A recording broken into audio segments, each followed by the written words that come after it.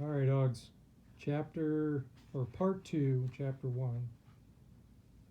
It was the middle of the morning, and Winston had left his cubicle to go to the laboratory. A solitary figure was coming towards him from the other end of the long, brightly lit corridor. It was the girl with dark hair. 4 days had gone past since the evening when he had run into her outside the junk shop. As she came nearer, he saw that her right arm was in a sling, not noticeable at a distance because it was the same color as her overalls. Probably she had crushed her hand while swinging round one of the big kaleidoscopes on which the plots of novels were roughed in. It was a common accident in the fiction department. They were perhaps 4 meters apart when the girl stumbled and fell almost flat on her face. A sharp cry of pain was wrung out of her. She must have fallen right on the injured arm. Winston stopped short, and the girl had risen to her knees. Her face had turned a milky yellow color, against which her mouth stood out redder than ever. Her eyes were fixed on his, with an appealing expression that looked more like fear than pain. A curious emotion stirred in Winston's heart. In front of him was an enemy who was trying to kill him. In front of him also was a human creature in pain, perhaps with a broken bone. Already he had instinctively started to help her. In the moment when he had seen her fall on the bandaged arm, it had been as though he felt the pain in his own body. "You're hurt?" he said. "It's nothing, my arm. I'll be all right in a second." She spoke as though her heart were fluttering. She had certainly turned pale. "You haven't broken anything?" "No, I'm all right. It hurt for a moment, but that's all." She held out her free hand to him, and he helped her up. She had regained some of her color and appeared very much better. "It's nothing," she repeated. "I only gave my wrist a bit of a bang. Thanks, comrade." And with that she walked on in the direction she had been going, as briskly as though it had really been nothing. The whole incident could not have taken as much as half a minute. Not to let anyone's feelings appear in one's face was a habit that had acquired the status of instinct. And in any case, they had been standing straight in front of a telescreen when it happened. Nevertheless, it had been very difficult not to betray a momentary surprise, for in the 2 or 3 seconds while he was helping her up, she had slipped something into his hand. There was no question that she had done it intentionally.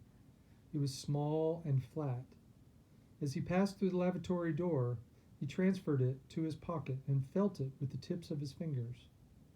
It was a scrap of paper folded into a square.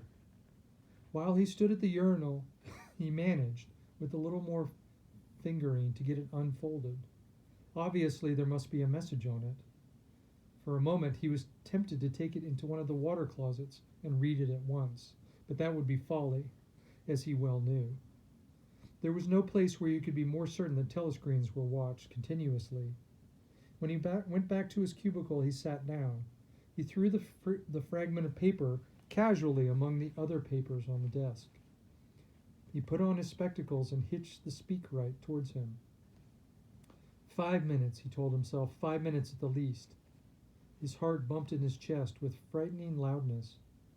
Fortunately, the piece of work he was engaged on was mere routine, the rectification of a long list of figures, not needing much attention. Whatever was written on the paper, it must have some kind of political meaning.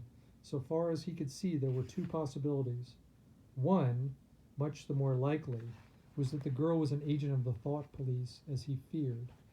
He did not know why the thought police should choose to deliver their messages this way, but perhaps they had their reasons.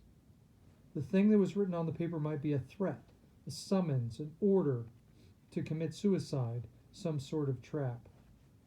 But there was another, wilder possibility that kept raising its head, although he tried to suppress it. This was that the message did not come from the thought police, but from some kind of underground. Perhaps the Brotherhood existed after all. Perhaps the girl was part of it. No doubt the idea was absurd, but it had sprung into his mind in the very instant of feeling the scrap of paper in his hand. It was not till a couple of minutes later that the other, more probable explanation had occurred to him. And even now, although his intellect told him that the message probably meant death, still, that's not what he believed. and the unreasonable hope persisted. His heart banged, and it was with difficulty that he kept his voice from trembling as he murmured the figures in the speakwrite.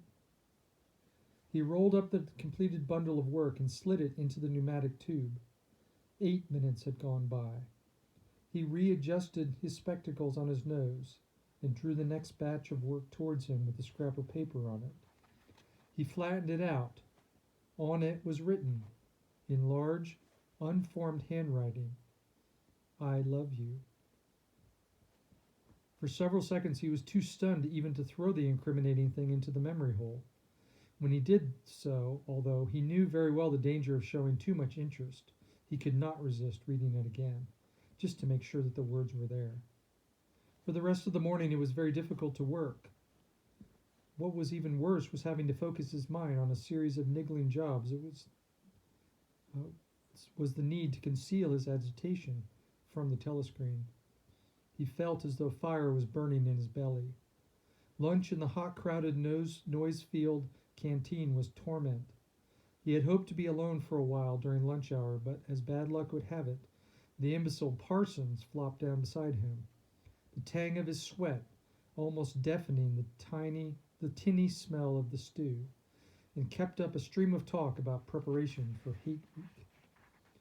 He was particularly enthusiastic about a papier-mâché model of Big Brother's head, 2 meters wide, which was being made for the occasion by his daughter's troupe of spies. The irritating thing was that in the racket of voices, Winston could hardly hear what Parsons was saying, and was constantly having to ask for some remark to be repeated. Just once he caught a glimpse of the girl at a table with 2 other girls at the end of the room. She appeared not to have seen him, and he did not look that way again. The afternoon was more bearable. Immediately after lunch there arrived a delicate, difficult piece of work, which would take several hours and necessitated putting everything else aside. It consisted in falsifying a series of production reports 2 years ago in such a way as to cast discredit on a prominent member of the inner party who was now under a cloud. This was the kind of thing Winston was good at, and for more than 2 hours he succeeded in shutting the girl out of his mind. Then the memory of her face came back, and with it an intolerable desire to be alone. Until he could be alone, it was impossible to think this new development out. Tonight was one of his nights at the community center. He wolfed another tasteless meal in the canteen, hurried to the center, took part in the solemn foolery of a discussion group, played 2 games of table tennis, swallowed several glasses of gin, and for half an hour he sat through a lecture entitled Ingsoc in Relation to Chess. His soul writhed with boredom, but for once he had no impulse to shirk his evening at the center.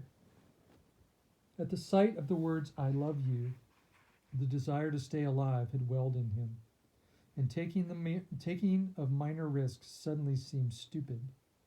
It was not until 2300 hours, when he was home and in bed in the darkness, where you were safe even from the telescreen as long as you kept silent, that he was able to think continuously. It was a physical problem that had to be solved, how to get in touch with her and arrange a meeting. He did not consider any longer the possibility that she might be laying some kind of trap. He knew that it was not so because of her unmistakable agitation when she handed him the note. Obviously, she had been frightened out of her wits, as well she might be. Nor did the idea of refusing her advances even cross his mind. Only 5 nights ago he had contemplated smashing in her skull with a cobblestone, but that was of no importance. He now thought of her naked, youthful body as he had seen it in a dream. He had imagined her a fool like the rest of them, her head stuffed with lies and hatred, and her belly full of ice. A kind of fever seized him at the thought that he might lose her. The white, youthful body might slip away. What he feared more than anything was that she would simply change her mind if he did not get in touch with her quickly. But the physical difficulty of meeting was enormous, trying to make a move at chess when you were already mated. Whichever way you turned, the telescreen faced you, Actually, all the possible ways of communicating with her had occurred to him within 5 minutes of reading the note, and now, with time to think, he went over them one by one, as though laying a row of instruments on a table. Obviously, the kind of encounter that had happened this morning could not be repeated. If she had worked in the records department, it might have been a comparatively simple task, but he had only a very dim idea of where in the building the fiction department lay, and he had no pretext for going there. If he had known where she lived and at what time she left work, he could have contrived to meet her somewhere on the way home. But to try to follow her home was not safe, because it would mean loitering outside the ministry, and that was bound to be noticed. As for sending a letter through mail, it was out of the question. That, by a routine that was not even secret, all letters were opened in transit. Actually, few people even wrote letters. For the message that it was occasionally necessary to send, there were printed postcards with lists of phrases, and you simply crossed out the ones that were not applicable. In any case, he did not know her name, let alone her address. Finally, he decided the safest place was the canteen. If he could get her at a table by herself in the middle of the room, not too near the telescreens, and with the buzz of conversation all around, it might be possible to exchange a few words. For a week after this, life was like a restless dream. On the next day, she did not appear in the canteen until he was already leaving, and the whistle already had blown. Presumably, she had been changed to a later shift. They passed each other without a glance. On the day after that, she was in the canteen at the usual time, but with 3 older girls and underneath a telescreen. Then, for 3 dreadful days, she did not appear at all. His whole mind and body seemed to be afflicted with unbearable sensitivity, a sort of transparency which made every movement, sound, contact, every word that he had to speak or listen to agony. Even in his sleep, he could not altogether escape from her image. He did not touch the diary during those days. If there was any relief, it was in his work, in which he could sometimes forget himself for 10 minutes at a time. He had absolutely no clue what had happened to her. He could not make any inquiry. She might have been vaporized or committed suicide. She might have been transferred to the other end of Oceania. Worst and likeliest of all, she might have just changed her mind and decided to avoid him. The next day she reappeared. Her arm was out of the sling, and she had a band of sticking plaster round her wrist. The relief of seeing her was so great he could not resist staring at her for several seconds. On the following day he nearly succeeded in speaking to her. When he came into the canteen, she was sitting at a table well far from the wall and was quite alone. It was early and the place was not very full. The queue edged forward until Winston was almost at the counter, and then was held up for 2 minutes because someone in front was complaining that he had not received his saccharin tablet. But the girl was still alone when Winston secured his tray and began to make for her table. He walked towards her casually. His eyes were searching for a place at some table beyond her. His eyes searching for a place. I already said that. She was perhaps 3 meters away from him. Another 2 seconds would do it, but a voice called him. Smith! Smith! He pretended not to hear, but then Smith! Repeated the voice more loudly. He was no use. He had to turn around, and the blonde-headed, silly-faced young man named Wilshire, whom he barely knew, was inviting him to a space at his table. It was not safe to refuse. After being recognized, he couldn't go sit at a table with an unattended girl. It was going to be too noticeable. So he sat down with a friendly smile, and the silly blonde face beamed. Winston had a hallucination of himself picking up a pickaxe and smashing it right in the middle. The girl's table filled up a few minutes later. But she must have seen him coming towards her. Perhaps she would take the hint. Next day, he took care to arrive early. Sure enough, she was at the table, in about the same place, and again she was alone. The person immediately ahead of him in the queue was a small, swiftly moving beetle-like man with a flat face and tiny, suspicious eyes. As Winston turned away from the counter with his tray, he saw the little man was making straight for the girl's table, and his hopes sank. There was a vacant place at a table further away, but something in the little man's appearance suggested that he would be sufficiently attentive to his own comfort to choose the emptiest table. With ice at his heart, Winston followed. It was no use unless he could get her alone. At this moment there was a tremendous crash, and the little man was sprawling on all fours because his tray had gone flying. 2 streams of soup and coffee were flowing on the floor. He started to his feet with a glance at Winston, whom he evidently suspected of tripping him. But it was all right. 5 seconds later, with a thundering heart, he was sitting at her table. He did not look at her. He unpacked his tray and began to eat. It was all important to speak at once before anyone else came, but a terrible fear had taken possession of him. A week had gone by since she had first approached. She would have changed her mind. She must have changed her mind. It was impossible that this affair should end successfully. Such things did not happen in real life. He might have flinched altogether from speaking if at this moment he had not seen Ampleforth, the hairy-eared poet, wandering around the room with a tray looking for a place to sit. In this vague way, Ampleforth was attached to Winston and would certainly sit down at his table if he saw him. There was perhaps a minute in which to act. The girl and Winston were both eating. They were eating a thin stew, sort of a soup with beans. In a low murmur, Winston began speaking. Neither of them looked up. They spooned the watery stuff into their mouths steadily, and between the spoonfuls they exchanged a few necessary words. "What time do you leave work?" 18:30. "Where can we meet?" "Near the monument, in Victory Square." "But that's full of telescreens." "It doesn't matter if there's a crowd." "Any signal?" "No. Don't come up to me until you see me among a lot of people, and don't look at me. Just keep somewhere near me." "What time?" "At 19 hours. Okay." Ampleforth failed to see Winston and sat down at another table. The girl finished her lunch quickly and made off, while Winston stayed to smoke a cigarette. They did not speak again, and so far as it was possible for 2 people sitting on opposite sides of the same table, they did not look at each other. Winston was in Victory Square before the appointed time. He wandered around the base of the enormous fluted column, at the top of which Big Brother's statue gazed southward towards the skies where he had vanquished the Eurasian airplanes. Of course, a few years ago, it had been the East Asian airplanes in the Battle of Airstrip 1. In the street in front of it, there was a statue of a man on horseback, which was supposed to be Oliver Cromwell. At 5 minutes past the hour, the girl had still not appeared, and again the terrible fear seized Winston. She was not coming. She had changed her mind.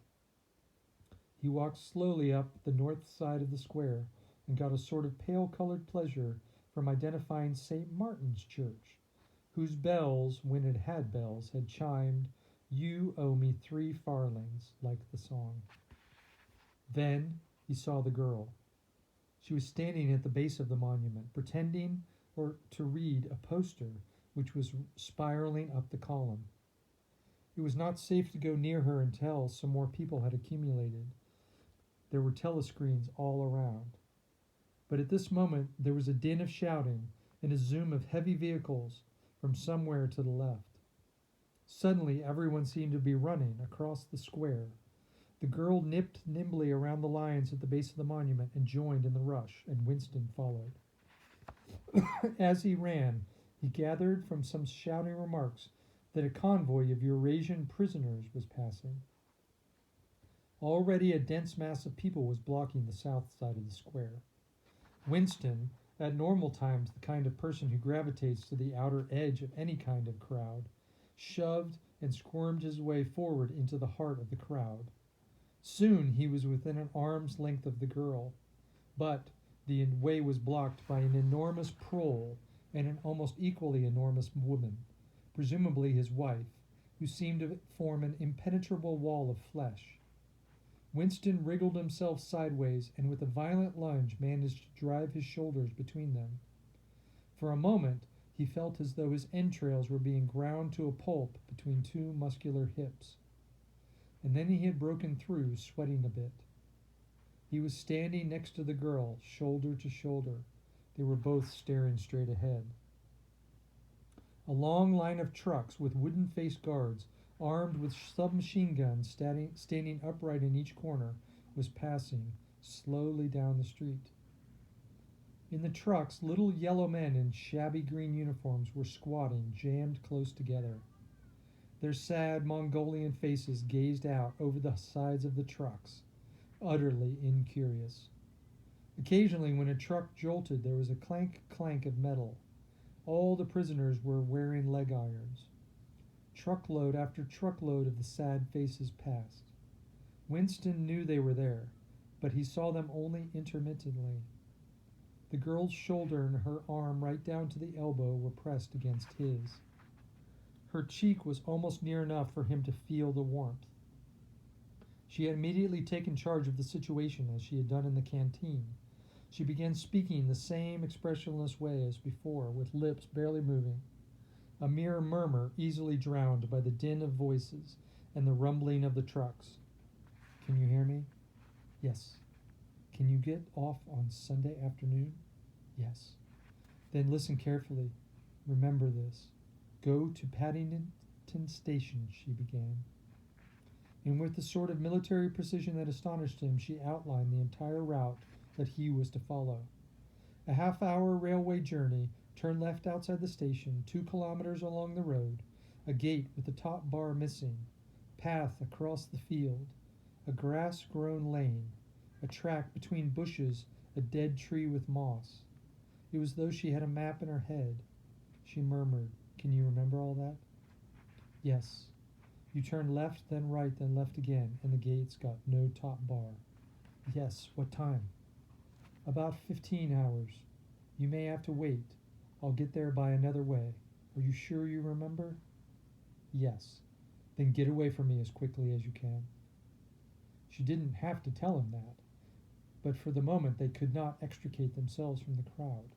The trucks were still driving past, and people still insatiably gaping. At the start there had been a few boos and hisses, but it only came from the party members in the crowd, and had stopped.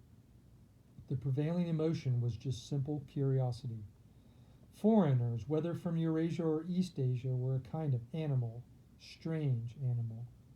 One literally never saw them except as prisoners, and even as prisoners no one ever got more than just a glimpse of them, and no one knew what became of them, apart from the few who were hanged as war criminals. The others simply vanished, presumably into forced labor camps.